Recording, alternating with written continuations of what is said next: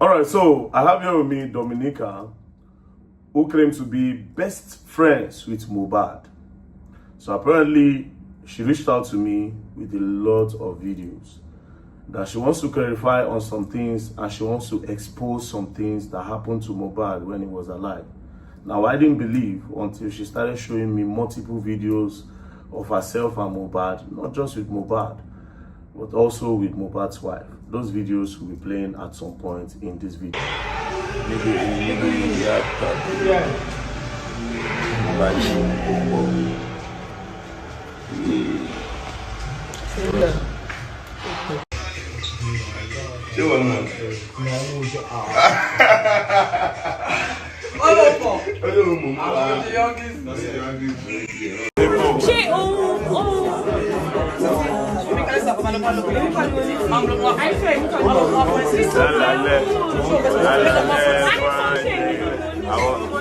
Down with you.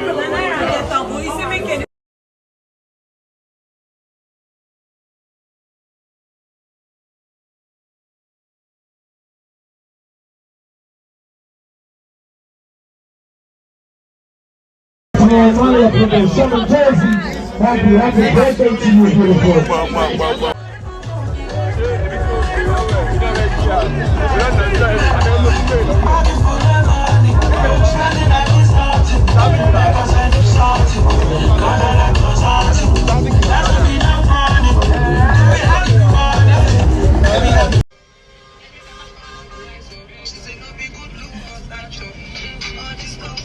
Wow! What did you use? Oh.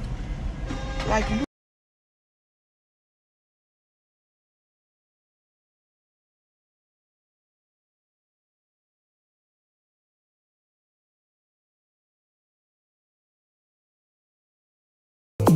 my grace in the auto, automatic.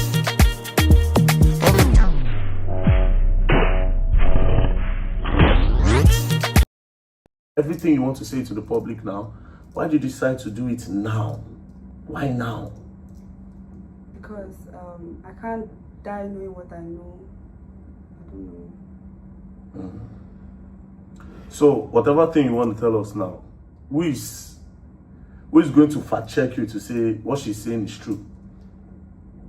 Wumi can, the NDLEA can.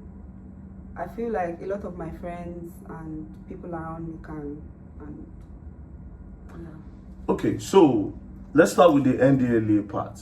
A lot of videos went viral where Mohbad cried that they hit him with a gun. A lot of people don't know how they got to the NDLEA place, right? What happened? How did they get to the NDLEA place? Why did NDLEA hit him with a gun? Why was he calling Zinoliski's name? Because I think that was the period he says Zinoliski snitched on him. You know, why was he calling all those names and everything? Okay. You have to be audible. Okay, so that night, we're not initially at home. Me, Mohbad's girlfriend, as at then they were still girlfriend and boyfriend. Then his best friend. Sorry, okay. Before we go further, I forgot to ask you, how did you know Mohbad? How did you meet him? I met him through his friend, as at then was my boyfriend. So, okay. But we got very close. You and Mohbad? Yeah, me and Mohbad. He would come to my office in the morning, him and his friend to drop me and pick me in the night. Then we'll go for shows and... was he coming with his girlfriend? Was he coming with her? Initially, he wasn't coming with his girlfriend. He was coming alone. They were coming alone, the both of them. Were friends for like months before he introduced me to his girlfriend. That, oh, this was his girlfriend. So he introduced you to his girlfriend? Yeah, yeah. So how about, did he come with Naira at some point, with the Malian music? During the whole process of the videos and like us going for shoots and stuff like that, I met Naira through him. So Mohbad also introduced you to Naira? Yeah. Okay, that's all. So please, that night of the NDLEA, what happened? Okay, so initially we're not at home. Okay. That night, Mohbad said he was not interested in the relationship with his girlfriend as at then anymore. Okay. So, because then I just met her, I didn't really know much about her.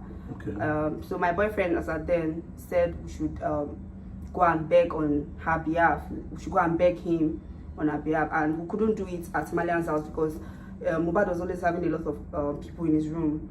So we decided to go to VGC where my ex was staying with the girlfriend. So the 4 of us, and then Mohbad just bought his car. I think it was like some days before that day. So we drove down to VGC. We're at VGC, and they wanted to record because he also has a recording studio in his room. I mean, my ex. So they decided to record as well as, you know, the whole begging, wanted to beg and, you know, record and all of that together.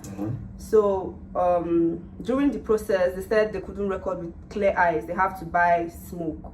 They said they did not have like what to smoke that night. Who and who wanted to buy smoke? My ex and Mohbad. Okay. So was the wife there at the time? Yeah, the 4 of us. So it was just the 4 of us in the room. Okay, go. So decided to go and buy the smoke, and we decided to follow them as we don't want to stay in the house alone. Okay. So the 4 of us, like immediately we came out of VGC, somebody put a call through to, I can't remember the person, but I think it was Wumi because she was closest to I don't know anybody as at that time in Malian's house yet. I know them, but it wasn't like I was close to anybody yet. Okay, so you were more close to Mohbad than any Mohbad, other person in the Malian's house. And his friend. So somebody put a call from where to where? Yeah, to us. From Malian's house. From Malian's house that they've arrested Zino, blah blah. They've handcuffed him. They want to take him away, blah blah blah. So the 2 guys, that's Mohbad and his friend, they said, oh, they have to start going to Malian's house.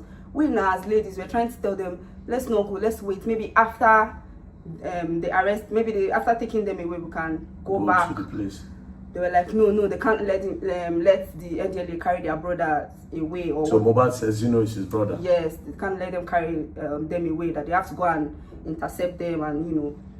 So we had no choice. 4 of us, we went back to Malian's house to go and I also stay. My own house was like a stone throw from Malian's house, so it was easy for us to, you know, enter the estates. We got to the gates. From VGC now, you people had to drive down. Yes, we drove down because, you know, we're already driving. We did not need access code or anything. Because you stay in the estate as well. And also, yes, so we could access. It was easy for us to enter. So when we got to the to Malian's house gates, the NDLA locked us outside, and they were already on the fence, like on the fence of the house. I don't know how Mohbad like found a way to enter. So from inside, he was telling me, he said I should, where's my phone? He said it was with me, but it was low. He said I should start making I should go on live. No, he said I should go on live. So I didn't know it was on live. He said I started making a video. He said no, go on live. So I cut the video and I started making. I went on live with his own phone. With my phone. With your phone. Yeah. So as at then, my phone was on, let's say 20% or 15%. I can't remember, but like my phone was low. So I was trying to tell him my phone was, but the whole commotion was too much. Everybody was, the noise, and immediately they saw that Mohbad was there. I think people were inside, but they were inside their houses, peeping from windows. Nobody came outside up until we came there. So they started hearing our voices, and people started coming out from their rooms. So that was how I started making the videos. And surprisingly, I don't know how the video got to, before you know it got to 8,000, 10,000, and the whole show started. So during the whole, I don't know how, we maneuvered and entered, everybody entered. And by then, they already handcuffed Shubomi. No, they already handcuffed Zino.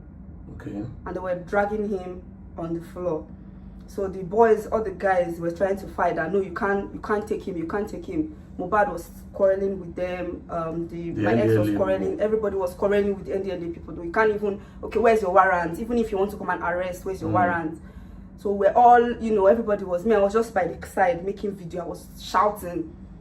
So at a point, Wumi ran to one of the NDLA guy, removed his cap, and tried to like tear his shirt, said being physical with the guy. So immediately, you can go back to the video. Anybody, I feel like the video is online. You guys can go back to the video. If you check the video, I dropped the camera immediately and I started shouting. I said, Wumi, leave him alone. Don't touch him. Leave him alone. Leave him alone. Wumi, stop. I dropped my phone because I didn't want like people to see that she was she was being physical with the NDLA. So I shouted immediately and I dropped it. But you could hear my voice shouting, Wumi, stop. Wumi, stop. Wumi, stop. So after then, those NDLA, they found how to maneuver. They carried Zeno because they were dragging. As at then, they already got angry because we're already being physical with them. So they got angry and they were dragging Zeno on the floor. So they put